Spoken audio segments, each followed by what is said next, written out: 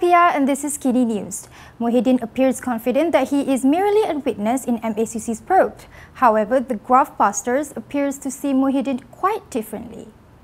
The MACC has confirmed that it has taken a statement from former Prime Minister Muhyiddin Yassin. The Bersatu leader was questioned over the Jana Wibawa program. The MACC added that it will call in International Trade and Industry Minister Tengku Zafrul Abdul Aziz. MACC Chief Azam Baki also cautioned that those who had been questioned should not conclude for themselves whether or not they are suspects in a case. Speaking to Bernama, he said investigations are ongoing and it is not proper for those called in for questioning to conclude for themselves whether they were called in as witnesses or suspects.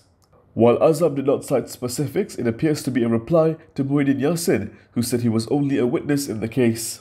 The former Prime Minister said on Saturday he was called up by the MACC to facilitate investigations as a witness and not a suspect. The PN chairperson also stressed that the MACC's investigation officer did not question him on allegations made by Prime Minister Anwar Ibrahim that Muhyiddin Yassin's administration misappropriated billions of ringgit. Jana Wibawa was a program introduced under Muhyiddin's administration to help Bumiputera contractors during the COVID-19 pandemic. Muhyiddin said the idea was proposed by Zafrol. Despite the Bersatu President's declaration of innocence, an MACC source reportedly told Berita Harian that Muhyiddin is indeed a suspect in the Jana Wibawa case. Muhyiddin passed the buck to Zafrol, saying Jana Wibawa was the former banker's idea. However, Zafrol says he's got nothing to hide. International Trade and Industries Minister Tengku Zafrul Abdul Aziz said he will fully cooperate if called by the MACC. This is over an investigation into COVID-19 aid during the Muhyiddin Yassin administration. Taking to social media, Zafrul, who was the finance minister then, said he has nothing to hide. This came after Muhyiddin pointed out that Jana Wibawa was proposed by Zafrul. On Wednesday, Deputy Prime Minister Ahmad Zahid Hamidi announced that rural development projects worth 5.7 billion ringgit under Jana Wibawa had been halted temporarily.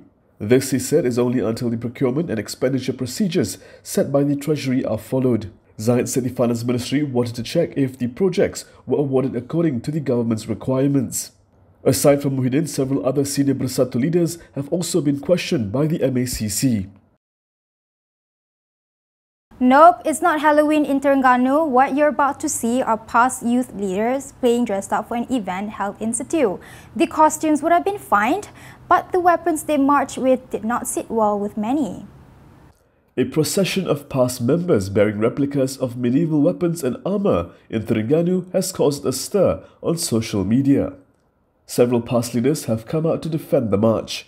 While past leaders have likened it to theatre or cosplay events, police are probing the event after it caused public distress. The march was part of the Himpunan Pemuda Islam Terengganu event organised by PAS in Situ Terengganu on Friday. PAS Deputy President Tuan Ibrahim Tuan Man said the issue should not be blown out of proportion. Tuan Ibrahim said it was similar to a Chinese opera where the actors also carry swords and spears.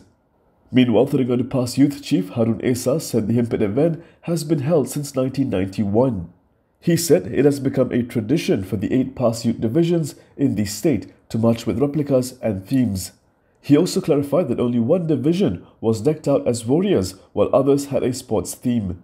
Commenting further, he added that the donning of historical regalia or carrying replicas of weapons is not unusual.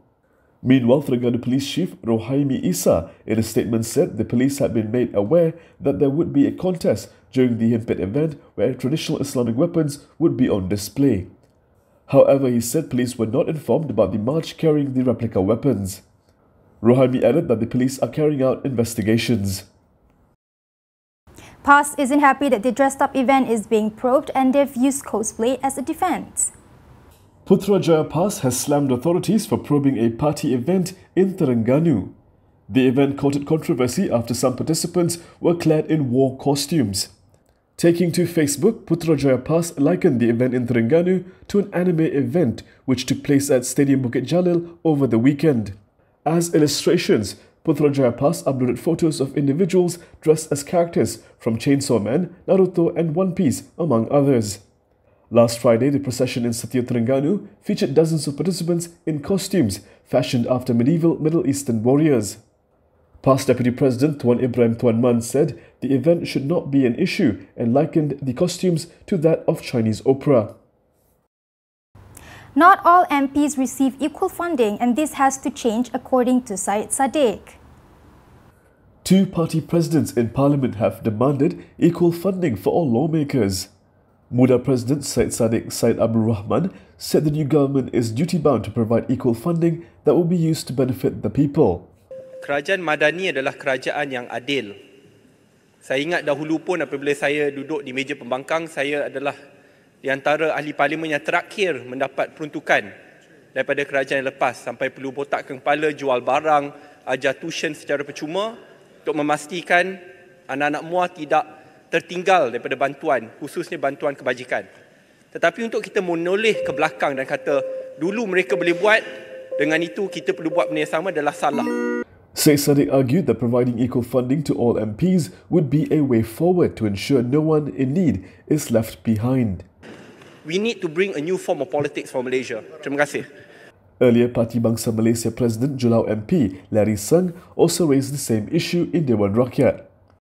Untuk ahli parlimen pembangkang, adakah kajian untuk sama bagi sama rata ataupun satu amount yang sesuai, yang adil untuk mereka juga?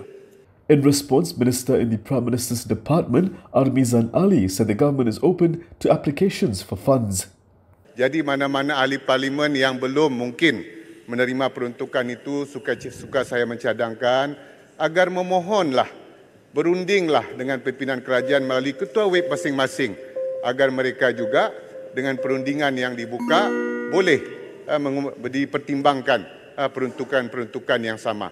Yang paling penting asasnya adalah keterbukaan kita sebagaimana komitmen yang telah diberikan oleh kerajaan pada hari ini, dan dengan adanya kedudukan kewangan yang baik, saya fikir kerajaan pada hari ini tidak akan ragu-ragu untuk mempertimbangkan peruntukan juga untuk ahli-ahli parlimen daripada seluruh kawasan demi kepentingan rakyat. Let's not forget about Najib. His SRC review application is being heard at the federal court this week, and here's what happened today. Muhammad Shafee Abdullah told the federal court today that Najib Abdul Razak's SRC International corruption appeal hearing last year before the apex court was rushed. The former Prime Minister's lead lawyer said this was seen in the previous apex panel not allowing an application to adjourn the appeal hearing for between 3 to 4 months. The lawyer was speaking to a 5-person federal court bench chaired by Chief Judge of Sabah and Sarawak Abdul Rahman Sebli. Today, the court heard Najib's application to review his conviction as well as 12-year jail sentence and the 210 million ringgit fine in the SRC graft case. Shafee claimed that the previous bench had erred in not allowing an application by Najib's then legal team for a 3 to 4 month adjournment of the appeal hearing. Shafee told the present bench that the then panel had erred in not allowing Najib's then lawyer, Hisham Tepoithiak, to discharge himself from acting for the appellant. Shafee submitted that Hisham sought to discharge himself as the latter was not prepared. The lawyer pointed out that this resulted in Najib not getting a fair appeal hearing last year as Hisham was forced to stay on while not being able to present submissions. Shafee contended that the federal court's refusal last year over the adjournment amounted to Najib being represented by an ineffective counsel, thus amounting to Najib's legal representation being illusory. The hearing of the SRC review application resumes tomorrow and is expected to continue on Wednesday this week. The Parliament has a strict dress code. A lady found out today what happens when you don't follow that dress code. A woman was expelled from the Parliament building for wearing a split knee-length skirt which exposed part of her thigh. It was previously reported that she was an aide to Bandar Kuching MP Dr. Kelvin Yee.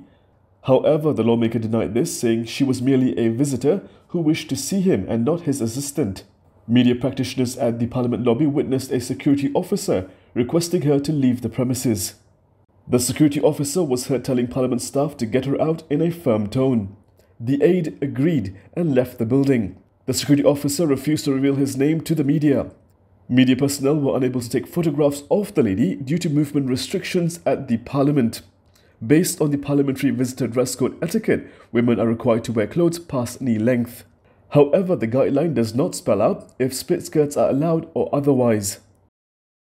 And that is all from me today. For more stories, you can go to KiniTV.com. You can also follow us on Instagram, Twitter, YouTube and Facebook for the latest news update.